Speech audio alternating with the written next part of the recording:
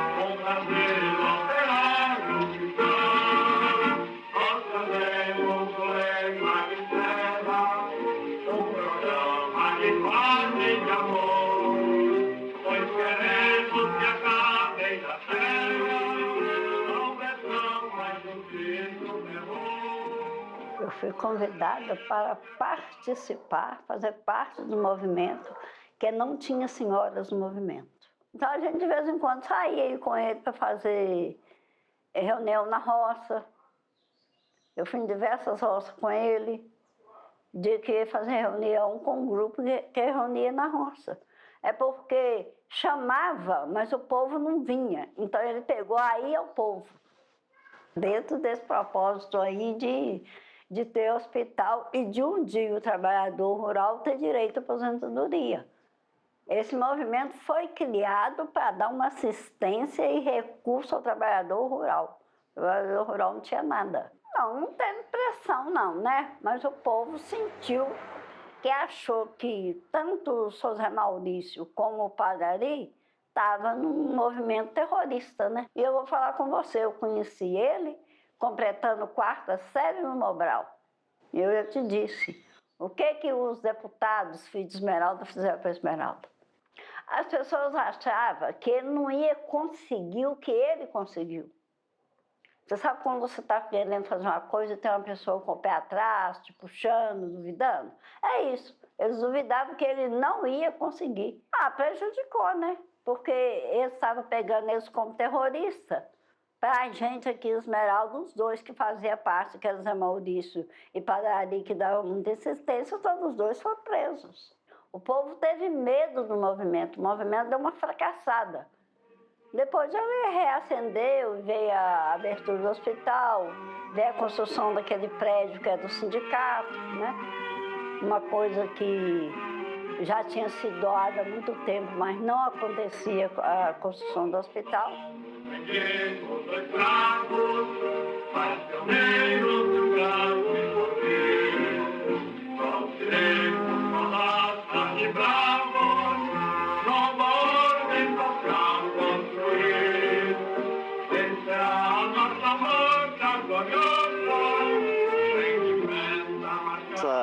formação religiosa que ele teve também, desde nova, isso também influenciou muito, sabe? Nessa convicção dos ideais de humildade, de participação.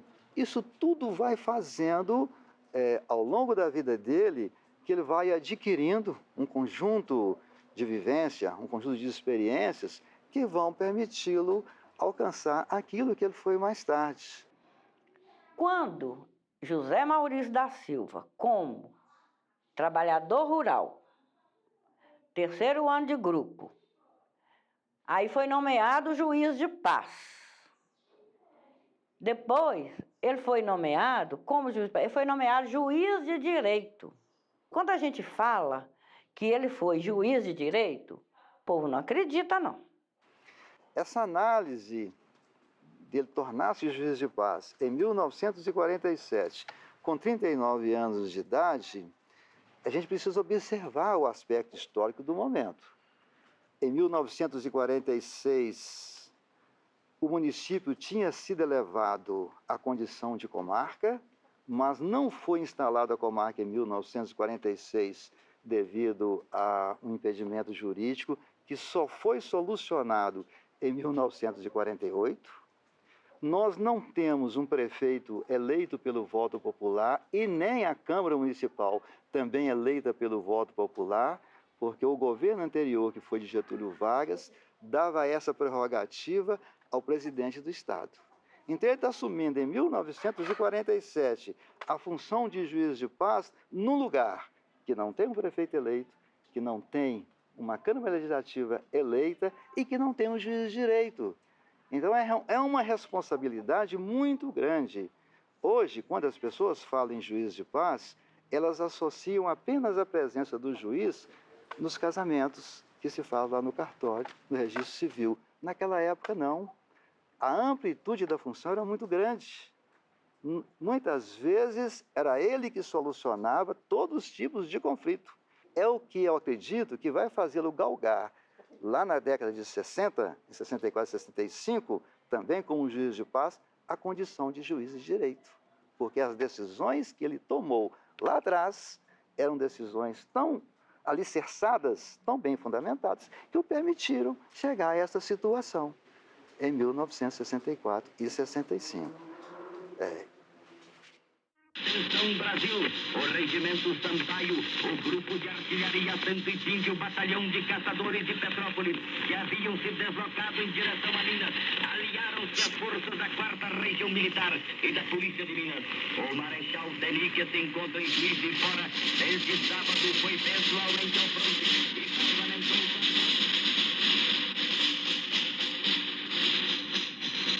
Atenção Brasil!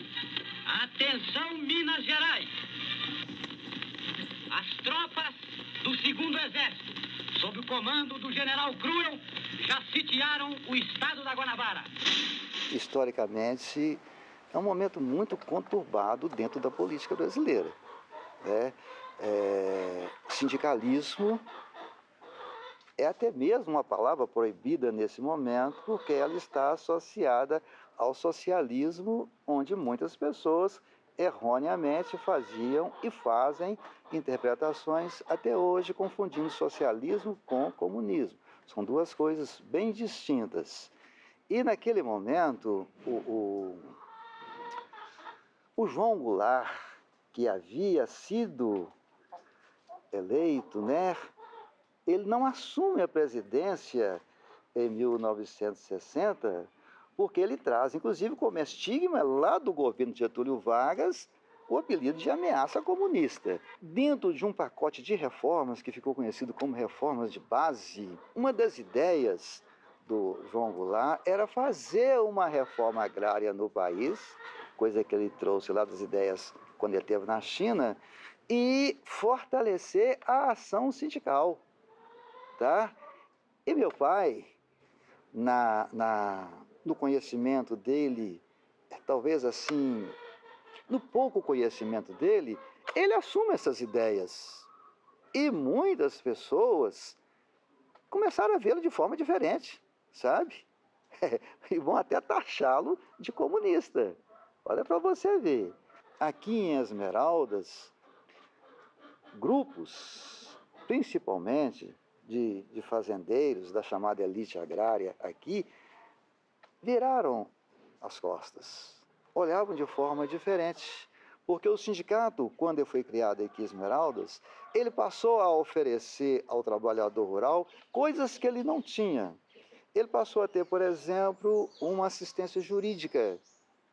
Então, nas relações trabalhistas, sempre havia alguém, um advogado, que acompanhava essas relações. Anteriormente não havia, né? E os patrões sempre levavam vantagem nessas decisões. Então, a partir desse momento, a coisa começa a mudar de figura.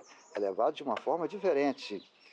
O trabalhador rural passou a contar com assistência odontológica, um gabinete dentário que foi instalado lá no sindicato e a contratação de médicos que atendiam ambulatorialmente até a construção do hospital.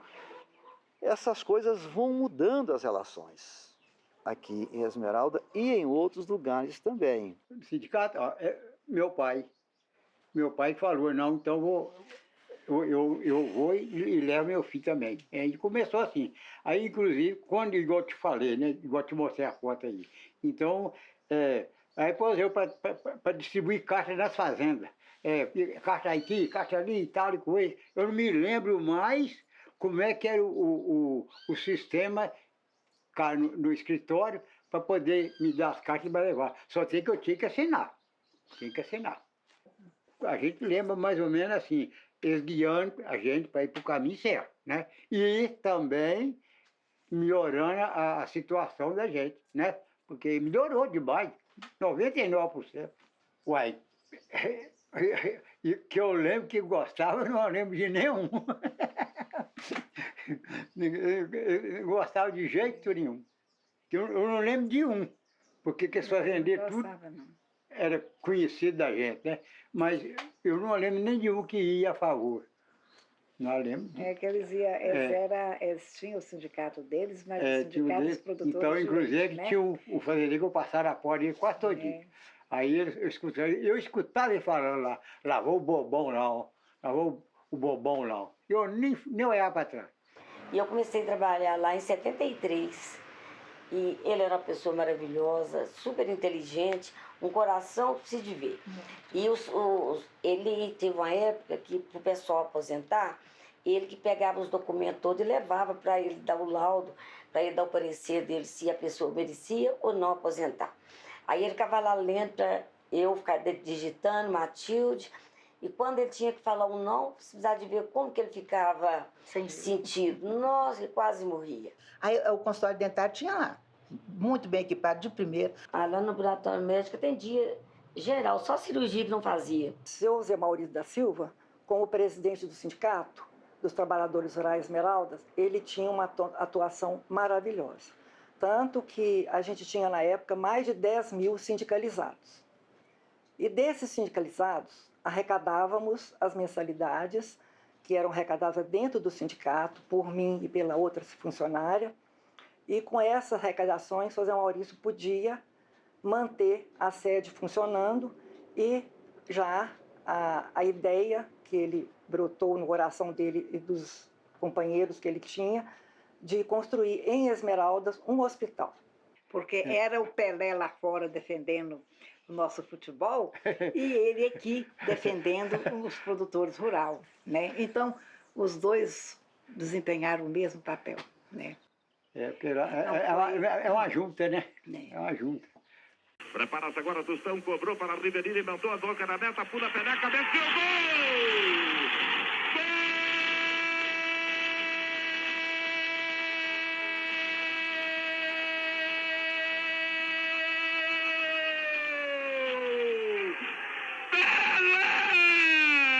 Camisa número 10.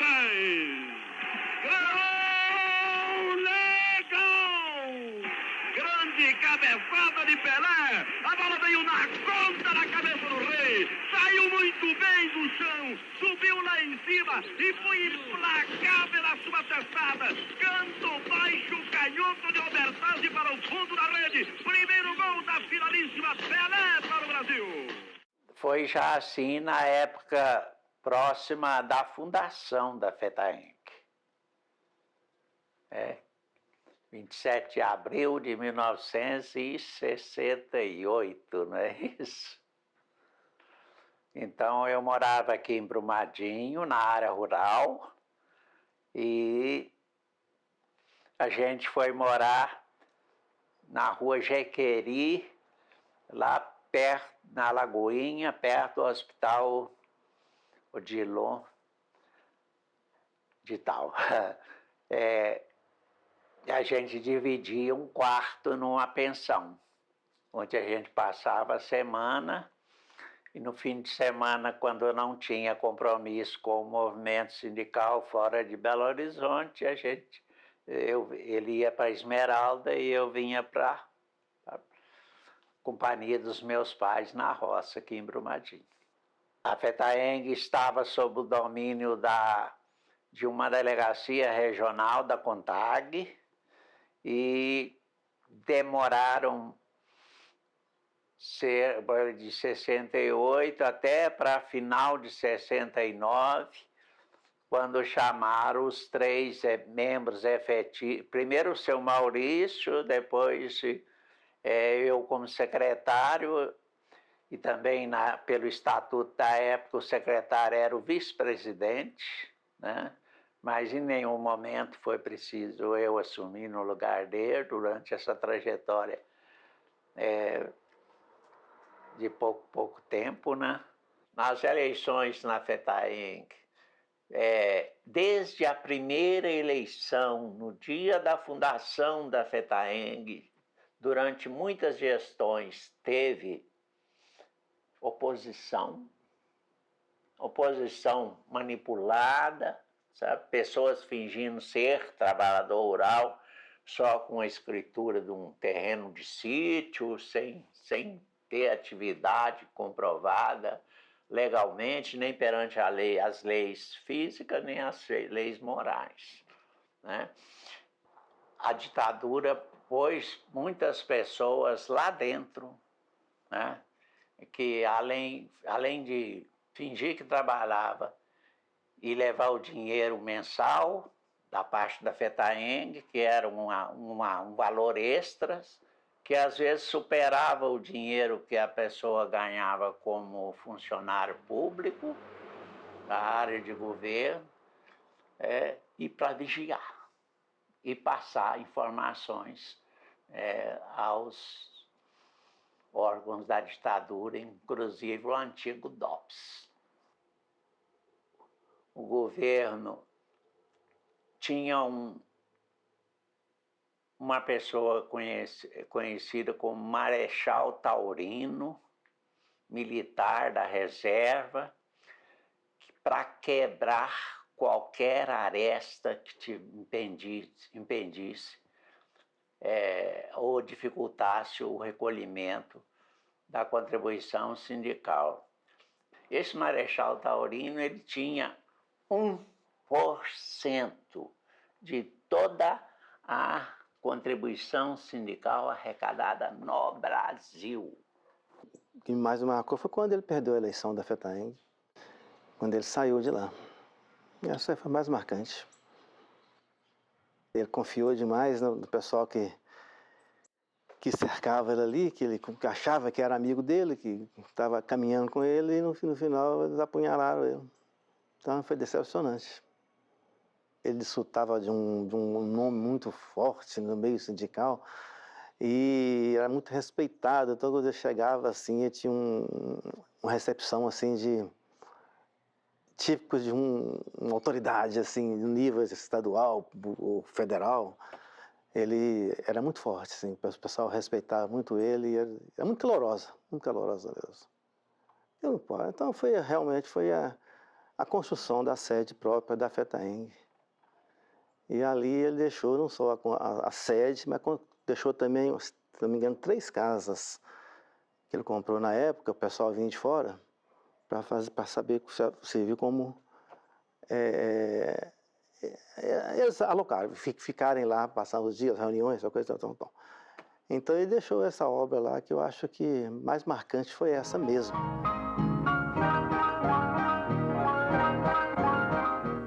Rádio Guarani Onda Rural, Som Verde, apresenta... Em cada trechinho dos versos que faço, expresso cantando minha gratidão. Se eu pudesse agora, daria um abraço a cada roceiro do nosso sertão. Fetaengue no campo. Raça de força e coragem, que por nós derrama seu próprio suor. Não tendo outra coisa a não ser mensagem, envio-lhe meus votos de paz e amor. Conheci José Maurício, eu ainda era pequena, lá em Vargem Bento da Costa, e visitei as famílias para ser sindicalizados. E depois, com o andamento do tempo, eu me interessei muito pelo sindicalismo, embora não conhecia, mas achava importante. E aí eu fiz um curso de sindicalismo no Rio de Janeiro e passei a integrar a equipe educacional da Fetaengue, convidada pelo senhor Zé Maurício. Primeiro, eu fiquei tendo conhecimento do departamento. Depois que eu conheci as funções todas e tudo, nós já passamos a representar a Fetaengue no interior de Minas, organizando o sindicato, fazendo assembleias, acompanhando todas as demandas dos sindicatos. Olha, lá funcionava uma marcenaria, e dali vinham as madeiras que a Fetaengue comprava para poder fazer as carteiras, porque as crianças sentavam no chão, entendeu? E aí começou a ter as carteiras para as crianças sentar, e depois nós fizemos parte também da distribuição das bolsas, né, de estudo para os filhos do trabalhador, e também tinha um material didático, né, caderno, lápis. Então era isso. Foi o começo do atendimento aos filhos do trabalhador, foi lá. A receptividade era maravilhosa. Teve alguns lugares que eu passei que foram um pouco resistentes, né? No caso de alguma cidade, a polícia me questionava, sabe?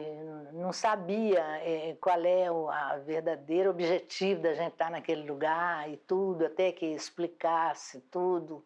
Parece que o pessoal tinha pouco conhecimento ou já era alguma coisa de ter cuidado para ver se não era alguma coisa subversiva, uma coisa assim. Teve um lugar que eu saía na rua, tinha que ser com o presidente do sindicato e um policial, para não ser morta. Ameaças no hotel, você não tinha medo de um 38. Muitas vezes eu passei por isso. Dos fazendeiros. Porque eu estava cuidando dos direitos dos trabalhadores. Eu, simples funcionário, imagina ele, né? Ele não comentava às vezes, mas eu sei que ele correu muito risco. A segunda vez, eu tomei conhecimento numa viagem que nós fizemos. Meu pai sempre retornava na sexta-feira para casa. Ele saía de manhã e retornava à noite. E numa sexta-feira ele não voltou. O Ovésio voltou, ó, você vê. O Ovésio, que era o motorista, voltou. Mas o Ovésio falou que tinha ficado lá para resolver outros problemas. Mas não era isso. Posteriormente, eu tomei conhecimento, por intermédio dele, que através de denúncia anônima, outra vez, ele tinha sido levado para prestar depoimento na 4ª Divisão do Exército, lá em Juiz de Fora. Mas no interrogatório que foi feito, constatou-se que não havia nada do que a denúncia estava dizendo. E o inquérito acabou sendo arquivado. São coisas que aconteceram. sabe? Quando nós fizemos o contrato coletivo de trabalho, o Lula participou conosco da luta, porque para ele era assim, ele era um metalúrgico, mas ele era preocupado com todas as categorias. Então, ele participou da campanha nossa, dos trabalhadores rurais, por 4 anos. De entrar na casa do trabalhador, de ajudar a amassar o angu na casa do trabalhador, sabe, assim, uma pessoa que participou ativamente, participava das reuniões da FETAENG também, ele sempre era frequente a FETAENG, sabe, ele sabia da importância, que a luta, ele falava, a luta é sindical, não importa a categoria, entendeu? O Lula é um líder de todos até hoje, mas o seu Zé Maurício foi um líder do trabalhador rural. Ele foi a pessoa que iniciou a importância, inclusive na Lei Complementar número 11, de 25 de maio de 71, né? Que deu direito ao trabalhador de ter o primeiro benefício da aposentadoria sem contribuição, entendeu? Porque a gente alegou com o governo que a contribuição era o suor de 8 horas de trabalho na roça, no sol a sol, né? Então é isso.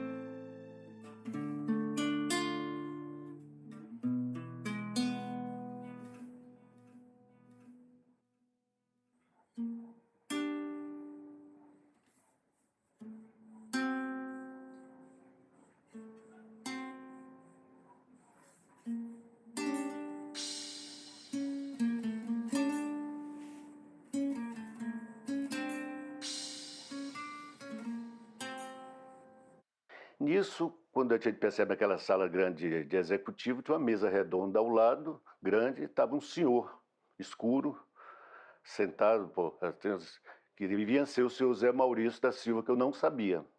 Aí comecei a conversar com o governador e tal, ele falou, não, o seu trabalho está aí, você vai começar aqui e tal, tudo bem. Aí seu Zé Maurício levanta, que eu não sabia, chegou, Ozanam, eu estou precisando desse menino, é lá em Esmeraldas. Aí Ozanam me apresentou, falou, Ernesto, esse é o Zé Maurício, ele é o presidente da Federação dos Trabalhadores Rurais de Minas Gerais e inaugurou um hospital agora em Esmeraldas e está atrás de profissionais. Você toparia visitar, conhecer a proposta de conhecer o hospital para ver se você tem seu emprego? Está garantido aqui comigo, mas eu tenho que servir seu Zé Maurício, que é um amigo que eu não posso deixar na mão. Gostei muito. Hospital moderno, para a época. Para dizer um exemplo, o raio-x do hospital só tinha em Minas Gerais o do Hospital João 23, que era 500 mil amperes na época, uma potência para Esmeraldas. Esmeraldas fazia todas as radiografias contrastadas e tudo, com laudo e tudo. Então eu, como estava saindo da residência, vi que não ia, dava para fazer um trabalho de medicina bom. Foi o sucesso do hospital na época, de ter construído isso, foi esse bom relacionamento dele com autoridades. E ele falava de pau a pau com autoridades de alto nível, muito bem querido, Brasília muito bem recebido, drenava verbas para o hospital, para tudo que a gente precisava, ele conseguia, nível estadual, secretarias e tudo, era muito bem recebido e conversava muito bem, e ele muito bem relacionado e tinha uma moral a nível nacional. O maior dificultador, né, hoje para a saúde do município é esse município tão imenso, né, que cabe 3 Belo Horizontes, né? Nós temos até hoje cidades vizinhas, como eu posso citar Florestal, Joatuba, Mateus Leme hoje tem uma UPA, Brumadinho inaugurou hospital tem pouco tempo, que não tem hospital, entendeu? Então, eles têm ou uma UPA ou uma unidade de saúde, mas não tem hospital. E Esmeraldas já tem 50 anos que tem um hospital, graças ao José Muricy, né? Então, assim, o hospital ficou um hospital de referência. E hoje ele é um hospital, ele foi criado com um hospital rural, pelo sindicato rural, e hoje ele é um hospital que não atende só o rural, atende não só os munícipes de Esmeraldas, mas também atende Betim, Belo Horizonte, Neves, né? Outro dia tinha gente de Mateus Leme, de Sarzedo, então quer dizer assim, vai se anunciando e a gente vai. O SUS é para todos, a porta tem que ser aberta, né? Isso a gente tem que atender, não tem jeito. Mas é um legado que o José Muricy trouxe para a gente, e eu falo que depois do que tudo que a gente passou, eu falo qual a importância que foi esse hospital para Esmeraldas, né? Hoje a gente vê como que seria a população de Esmeraldas sem o hospital, né? Então ninguém imaginava que eu ia passar por um Covid, ninguém imaginava que a gente ia passar por essa epidemia, por esse tanto de vírus que está aí na cidade. Imagina a gente sem esse hospital. Olha quão importante é a pessoa do senhor Zé Muricy, né, que fundou esse hospital na garra, que não ia sair para Esmeraldas, ia sair para Uberaba, e veio para Esmeraldas com a garra dele, na luta dele, né, e isso ele fez que a população na época, pobre, carente, levava ovos, levava galinha, levava tudo para poder ajudar a construir esse hospital. Então, hoje eu vejo que o legado maior do Sr. Zé Muricy, ele fez muita coisa, ele foi muito importante para todo lado, mas o legado maior do Sr. Zé Muricy foi esse hospital. Havia uma gratidão muito grande dessas pessoas mais humildes por tudo aquilo que estava acontecendo. Foi como se fosse, assim, uma espécie de revolução que estava acontecendo para essas pessoas. Eles tinham a necessidade, eles tinham uma esperança que isso fosse acontecer um dia e, de repente, aquilo começou a acontecer na vida deles. E ele recebeu essas homenagens, essas condecorações, né? Esse reconhecimento dessas pessoas, do governo federal também. Eu assim, como professor de história, sabe, eu fico observando as grandes transformações, as grandes revoluções que aconteceram dentro da história. Se naquele momento ele tivesse proposto algum tipo de revolução, não sei que tipo seria, aquelas pessoas abraçariam ele e partiriam para essa revolução. Tamanha a afinidade que possuíam. Você não precisa nascer num berço esplêndido para que você alcance o sucesso. E outra coisa muito importante que eu já disse também, é você estar ao lado das pessoas que comungam o seu ideal. De pessoas que vão somar. Ele sempre procurou fazer isto, estar ao lado de quem? Daquelas pessoas que, como ele, pensavam como ele, que comungavam os seus objetivos, que eram os trabalhadores rurais. Pessoas simples, humildes, mas pessoas que tinham uma grande capacidade de união e de buscar os seus objetivos. Perseguições políticas ele vai sofrer, discriminações ele vai sofrer, e ele nunca se abateu com isso.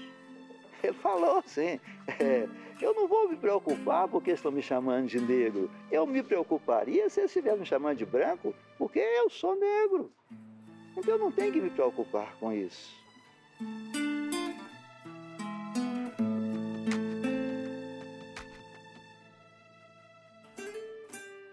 Então, ela deixava que ele fizesse essas coisas, que às vezes não queria nem participar, para que a presença dela não fosse marcada.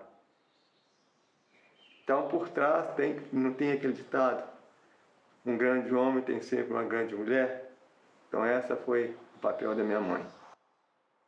Olha, a importância de Dona Maria Conceição Machado na vida de seu Zé Maurício, para mim foi tudo. Pois se seu Zé Maurício não tivesse uma mulher com o dinamismo, a bondade dela, seu Zé Maurício talvez não rompesse tão bem como ele rompeu. Eu que era maior, então eu que ajudava minha tia nos afazeres da casa, sabe? Fazia tudo para ela. E ele, quando chegava, queria saber, né? Tudo direitinho, quem é que fez as coisas erradas, quem que não fez, né? Sempre tinha para poder ter um puxão de orelha. Passou o relatório. Ele passou o relatório para ele, mas ela é uma pessoa muito boa. E ela falava, Deivinho, eu ficava com você no colo. Para passar a noite tinha que ser com você no colo. Quiser, precisava de sair de madrugada para trabalhar. E você não podia dormir, não podia acordar. Se eu acordasse, ia acordar avô. Então ela passava a noite comigo no colo, para eu não acordar e não chorar e não atrapalhar o sono dele, porque ele saía muito cedo, igual a Zinha falou, trabalhava muito, né? Então é uma coisa que sempre me chamou a atenção. Eu acho interessante porque eu não o conheci, né? Quando ele faleceu, eu tinha 2 anos, então as memórias que eu tenho são memórias construídas com aquilo que as pessoas me falavam. Por exemplo, eu tenho uma imagem na minha cabeça de um senhor deitado no sofá ali na sala, um senhor muito grande, muito austero, né? Deitado ali descansando. Mas eu creio que não é uma imagem que eu presenciei, é uma imagem que me contaram, né? Igual você perguntou a Zinha sobre as pessoas, como que as pessoas lidavam com ele na cidade, né? Já ouvi falar de, por exemplo, ele passar na porta da cooperativa e as pessoas zombando. Né? Esse nego está achando que vai conseguir alguma coisa, né? Ele está achando que ele vai fazer alguma coisa pela cidade. Isso é a ilusão dele, né? De conversar com as pessoas e tal. Então eu tenho essa imagem, é engraçado dizer isso, que eu não tenho uma memória de visão dele, mas eu tenho uma memória viva. Eu tenho a memória de vô muito viva nesse sentido. E de ter orgulho disso, né? Eu sou professor, eu falo nas minhas aulas a respeito dele até hoje, eu faço questão de falar. Eu dou aula na comunidade do Novo Retiro, e quando alguém precisa do hospital, eu sempre brinco, vocês viram lá a foto lá na porta do hospital, é meu avô, e eu falo com orgulho, porque eu cresci ouvindo histórias dele e construí para mim aquela imagem do senhor Zé Muricy, né? Então isso para mim é muito importante. Eu tento trazer para a minha família de hoje esse entendimento que meu avô teve e dos ideais dele de ir em busca de algo muito maior que ele, que não foi em prol dele, em prol de algo assim, que não sei nem se ele tinha ideia do tamanho da coisa que ele buscava, mas nessa busca ele construiu muita coisa. E eu tento passar para os meus filhos, né, e tento trazer isso para mim também no dia a dia, o poder de inspiração, de dedicação, de esforço, de honestidade, né, de honestidade, para você ter um propósito maior e ser coerente com esse propósito, porque as coisas vão acontecer, né? Com o passar do tempo, desde que você se empenhe, as coisas vão acontecer, que não importa do lugar de onde você veio, mas você tem que fazer o seu caminho, mas o seu esforço, o seu trabalho é fundamental. Acho que a grande lição que fica para mim, que eu trago para mim, é isso, sabe, para o dia a dia, que eu levo para o meu dia a dia. O que eu trago para mim, né,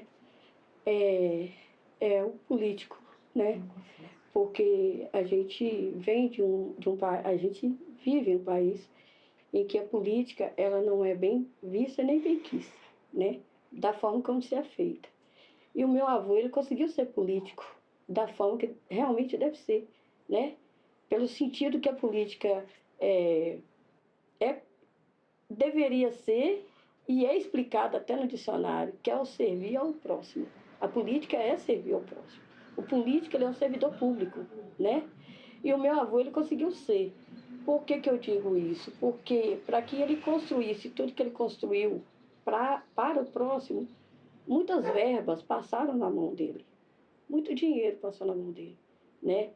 E ele terminou a vida dele na simplicidade financeira que ele foi construindo com o próprio fazer diário dele, não com o dinheiro que passou na mão dele.